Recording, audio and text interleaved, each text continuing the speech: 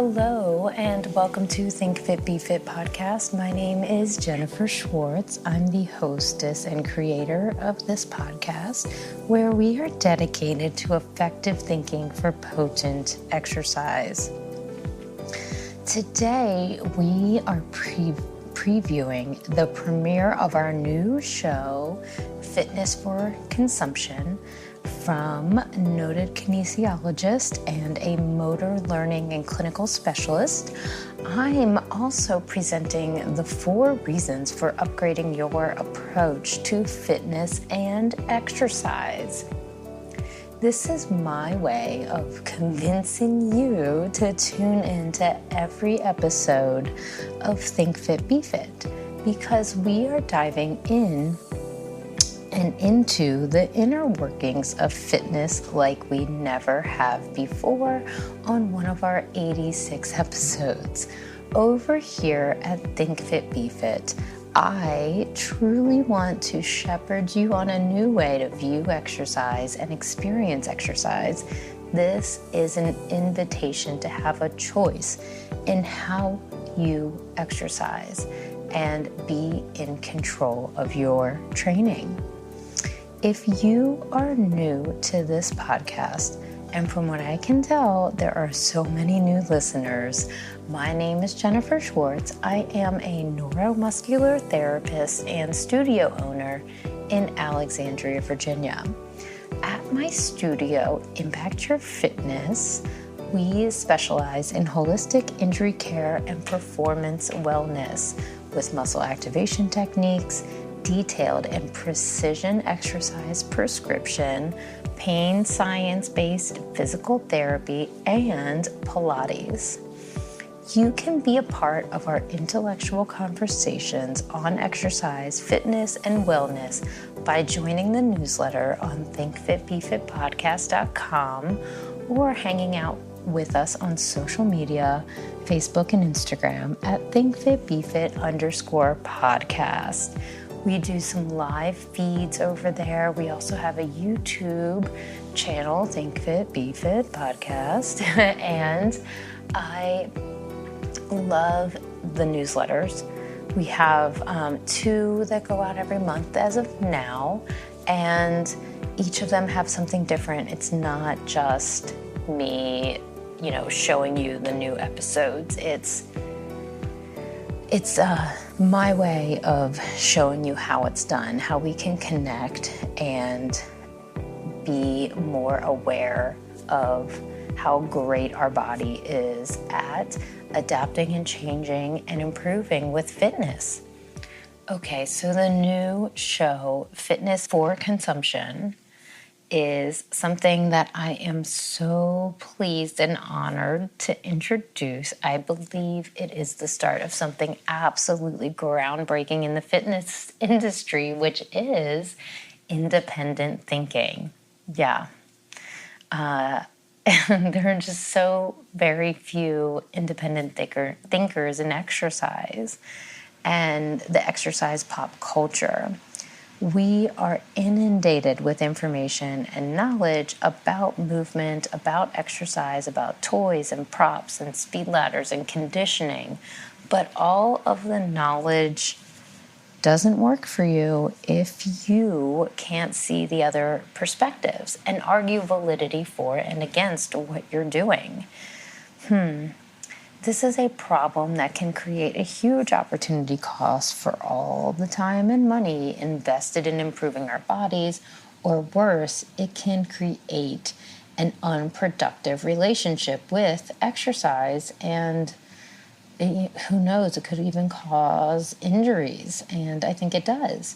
So this season is set to give you a launch pad for independent thinking about exercise and about the knowledge that you take in for your own process, for your own decision-making model. And when you are able to apply knowledge and not just collect it, you are opening yourself up to so much more than what you're used to with our fitness process.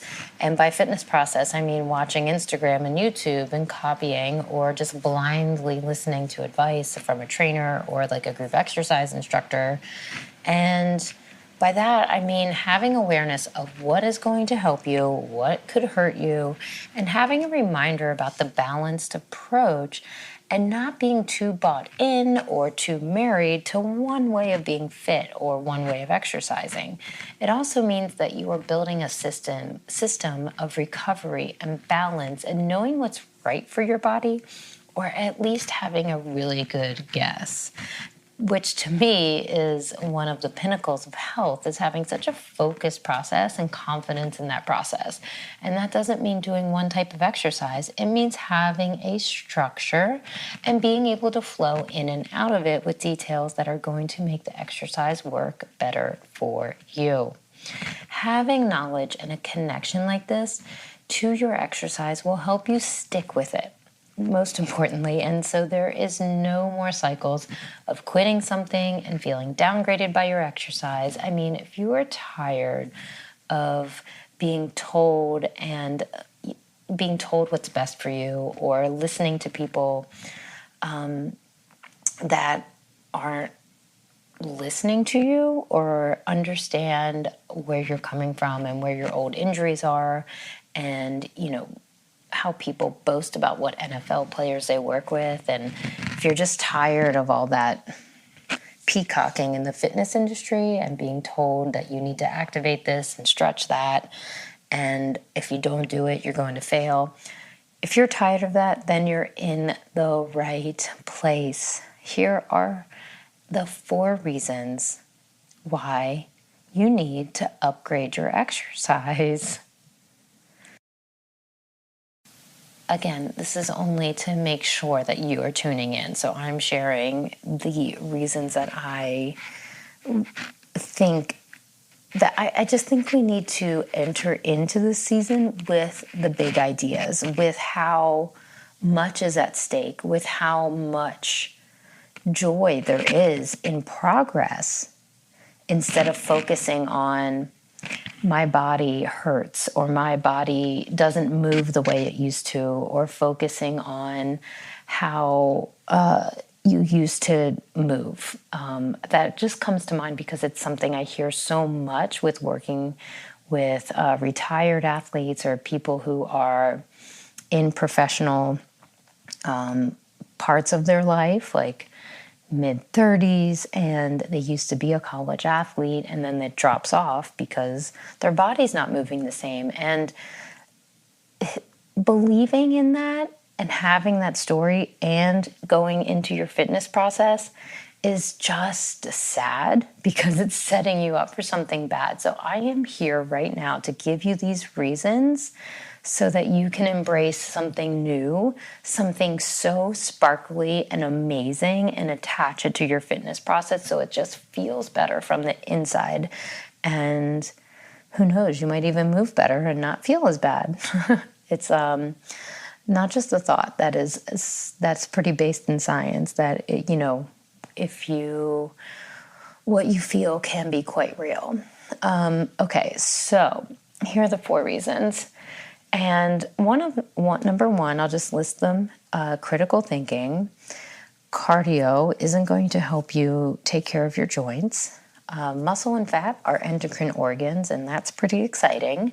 Number 4 is all the possibilities that a warm-up can promote. All the possibilities that a warm-up can promote for a high quality exercise session. I think that's a really good reason to upgrade. And I would add in this 5th one, and I wanted to, but I just don't have the time. I think it needs its own episode. And that huge reason is that exercise impacts the brain, and in such a positive way that it really does need an entire episode. Okay? So let's get into these 4 reasons. Okay, so the first one is one of my favorites, and it's so hard to keep this concise because it's so important. But we need to upgrade our exercise because critical thinking is missing from our exercise. That is one of the reasons this podcast was born. And I really have spoken about this on the podcast several times. And, but, think of it this way. We install thinking models without even knowing it. So it's really easy to adopt someone else's fitness process, like our dad or our coach or our mom, and take it on as our own, which is like okay for a couple months or weeks, but it doesn't work for the long term. And if you're picking out your trainers or gurus based on how they look, you're missing it entirely. So, and I think that's what most of us do. So I believe that critical thinking is missing, and we have to upgrade our exercise to include it. So also think about it this way. It's just easier for us as humans to save energy and hold on to existing beliefs, like the ones handed down to us, and ignore challenging paths, especially when it comes to thinking.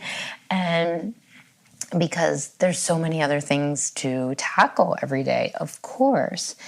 But, I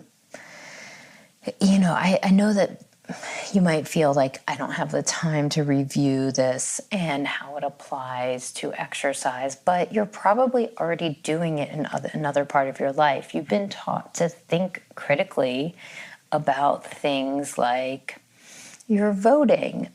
You've been taught to think critically about how you eat, about how you purchase insurance. You've been taught how to think critically about whatever it is in your job that you're an expert at. And, we just don't usually apply this to science, exercise, health, and nutrition. We just accept the handed down info that we get. And I think you are doing a huge disservice to yourself. And by just looking at the state of like political events and our medical structures and educational structures that are tumbling down to the full ground, we can relate to why this is a problem. So when we apply it to exercise, we are talking about people wasting millions and millions of dollars on stuff that is just fluff and not working. So if you are the type of person that wants a list of exercise and things to do, this is applying specifically to you. So please listen closely. You are part of the herd that is being advertised to with archaic motivations to make you feel like you need to buy this or follow a program or join a class. And this can lead to a toxic relationship with exercise, which will not serve your health and your fitness longevity. So this also creates years of wasting money, like I said, on exercise that could be harmful, or it's just not enough to improve your body. Hello, 2-pound weights in our females. I have recorded several episodes about applying critical thinking, and the upcoming season is going to bang on this one so hard. Hang on. This is what you're here for. So make sure you're subscribed so you don't miss the next 20 episodes of Think Fit, Be Fit, because this is where it's at, critical thinking. And I don't have to talk a bit about it anymore because I know what's coming down the pipeline this season. So the solution is subscribing and thinking strategically and applying tactics like a critical thinker. The end. That's a never-ending loop of learning and growing and presenting your body with a healthy challenge. You are welcome. Okay, number 2, cardio isn't going to help you take care of your joints. If you're in this camp, if you believe that interval training and cardio is just the way that you're supposed to exercise, you're also missing out. Cardio isn't going to really help you take care of your joints. And I say that with confidence because I've seen it thousands of times. And if you want a strong relationship with your exercise, your sport, your running, your hiking, you need to build a foundation of strength, period. And on the short term of things, you're building strength. And if you're doing it well and thoughtful, you're not creating a cycle of inflammation in an attempt to help yourself, which I believe is more likely to happen if you are addicted in or stuck in a cardio hamster wheel cycle and believing that you're supposed to beat yourself up to exercise. These are things that are not going to help you.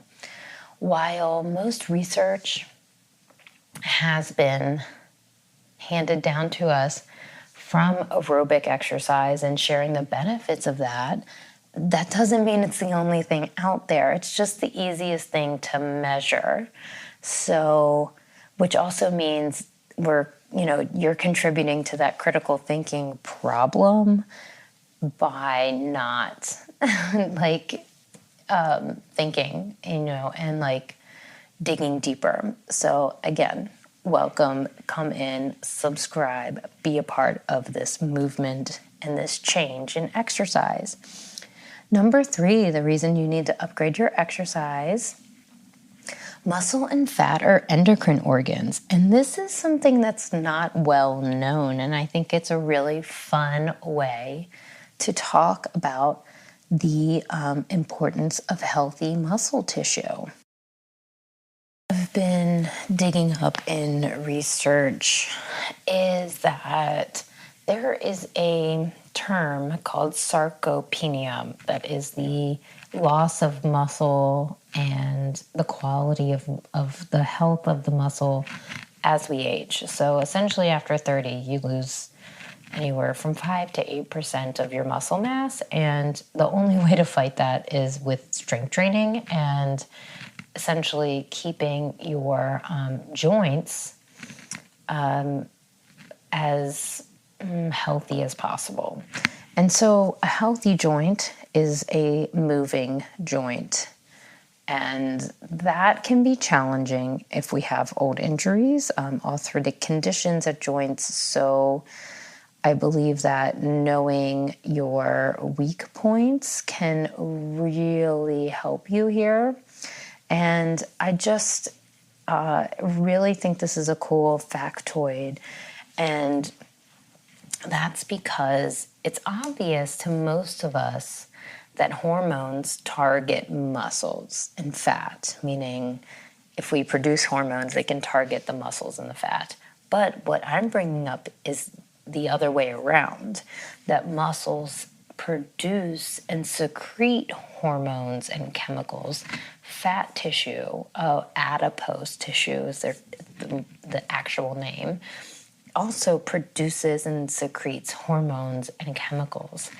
And when these things are working really well, meaning you have activity that causes muscle contractions and that activity is new enough to your brain and you are conditioned enough to handle it, meaning not go way overboard with the activity, then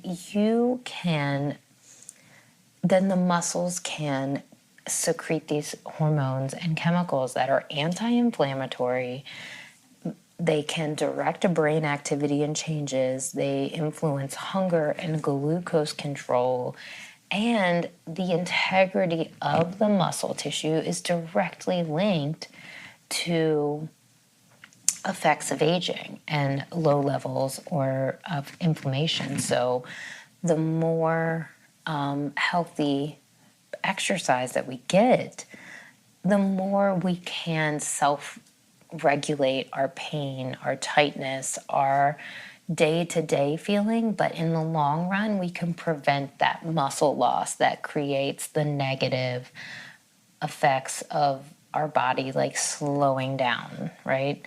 And I really want to have a bigger conversation on aging, our beliefs around aging, our beliefs around old injuries, especially if we're the audience here, we're mostly athletic. We want to be athletic or we have been, and we don't know where that identity is. And I think like really focusing on, wow, I can just improve my health and use that muscle.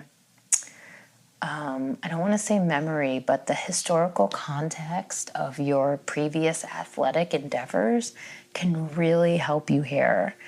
And I really want to set you guys up for success. So every time you don't want to exercise and you feel a little crappy, just say, hey, muscle contractions can create anti-inflammatory chemicals. Muscle contractions can improve my mood and my brain for like 12 hours only. And I've seen research that only 2 minutes of exercise can do this, so that's crazy. 4 minutes of exercise can help your lymph and your immune system. Very important for this public health crisis that we're in. If you just get up and move 4 minutes at a very moderate rate, you can improve your immune system. I think that is, these are all things that we can do. But knowing that you can hurt your body with exercise is also important. Knowing that doing too much is a problem. So, what if your goal is just a healthy muscle system? What if your goal is just to beat sarcopenia and keep your muscle tissue for as long as you can? Then if that's your goal, you're in the same club as I am. That's one of the only things I care about besides, my skin. But also, like, strength training really helps your skin via like collagen production and the toughness of that material. So strength training, healthy exercise, this can all support the muscle and fat as they are, which is endocrine organs, and we don't have to worry about how many calories are being burned to get that benefit, and then adipose tissue or fat that produces hormones that are for sexual health, energy metabolism, and cell signaling pathways, which is really cool. So too much fat can secrete too many chemicals that promote a lot of inflammation. But when your adipose tissue is signaling and using energy, and you can, do the opposite, which is less inflammation and a healthier joints and better movement for your day, for your body, for your decades, for your kids. Like, wow. So the quality of our tissue, beliefs about exercise, and exercise intentions will determine how much of this good stuff you get. So I want to help you account for the quality in your execution and your setup. If you want to dive deeper on that, I teach a whole entire course on how to take care of your body in this way. It's called Movement Pathways. And that's at movementpathways.com. We are currently on a waiting list, but you can join the waiting list and work with me and the crew. So our next thing is the fourth reason, our final reason, which is the warm-up. And I think this is kind of obscure, and I'm going to try and cycle this around for you guys, but I believe warming up can have such a positive impact, and it can be such a positive force towards staying injury-free and exercising consistently. There's really nothing more important than your consistency, right? So believing... I'm going to take that back. That superlative of exercise consistently. I'd say it's one of the top things is staying consistent and focused. So I professionally have seen several magical things click for people when their warm-up process is honed in and focused. So just look at it this way. It's an opportunity to prevent injury, strengthen areas that have been weakened by injuries, and simultaneously beef up the body for maximal gains. And by that, I mean your brain and your muscles and how we are hardwired for learning is awesome. So in a warm-up, you can also like work on your breath, which is also a muscle. Like, the diaphragm's a muscle just like your quads. And working on that is something we skip over so much, but you can do that in your warm-up and get so much benefit for your whole entire health. It's very holistic in that way, but without a lot of people skip the warm-up, and I just think it's so silly because it can make our whole process better if we have a good warm-up. So this is probably one that most people don't talk about. I'm going to be the person that I really believe the stuff that we're talking about in this podcast is not stuff people are talking about, including wellness leaders and biohackers. Like, they skip over all this stuff. They just look for like the one thing that can like bring about so much change, and they're wrong. It's all the gray area that matters, and this warm-up stuff is pretty special. But you have to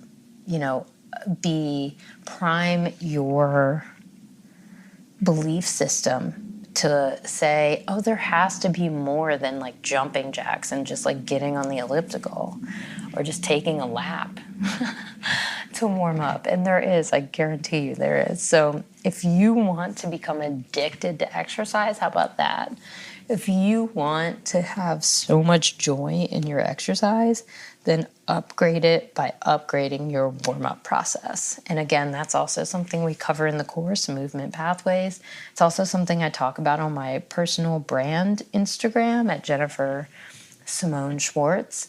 And because it's also something I help with my clients like every day that I'm working, is getting their warm-up process precise, because the goal of our sessions is to create a really resilient process for their body through muscle activation techniques. And through that process, we find out where their leaky holes are, essentially, in their movement. And by intervening at the warm-up, we can solve those problems. And here is the bonus. That's a brain health. We don't have time on this podcast for this guy, but man, is it such a beautiful thing is how much our brain can benefit from exercise and consistent exercise, and how it can even help someone in their later years fight off dementia. So maybe if you become addicted to this process and improving your body, it'll shake off onto your dad or your aunt who really, really medically needs exercise. That's my hope anyways for some of us, because I know like if you're in my age group, you're looking at your parents like, oh crap, I don't want to age like that, or I don't want them to age like that. So if I lead by example, maybe I can help them. And I salute you for thinking that way, and like welcome to like a group of people that, or just, being here on this podcast, just welcome, because you don't have to accept their way of doing things and aging. And I salute you. So the conclusion of this tiny little episode, and tiny is 30 minutes for me. I could totally go an hour. This is essentially my third attempt at keeping brief and solo cast exercises episodes. And it's not working because I love the podcast. I love the community. I love connecting to you guys on this level and helping you improve your exercise. I am so proud to help you and be on part of your journey. So please join me on Twitter at JenImpact or at Jennifer_Simone_Schwartz. That is my name on Instagram. And I'm all about hanging out and being social. So do that and connect with me. Also, please sign up for the podcast newsletter at thinkfitbefitpodcast.com, and please subscribe for these phenomenal new episodes. So one thing that we are doing differently is we are talking about science and bringing it down for you for consumption and helping you bring a unique perspective to your wellness, to your performance, and empower you to ask better questions. And, that's from my colleagues as well, Dr. Paul Juris and Gregory Gordon. I am going to link to 4 episodes that they were featured on, and I'm so excited for their episodes. You will hear them later in October. And please let us know what you are learning by either reaching out directly through the social media channels or our newsletter, or leave a review on iTunes, for crying out loud. Let us know exactly what you are learning and maybe even more about what you want to learn. On this month, we have an interview with the physical therapist of the World Series champions, the Washington Nationals.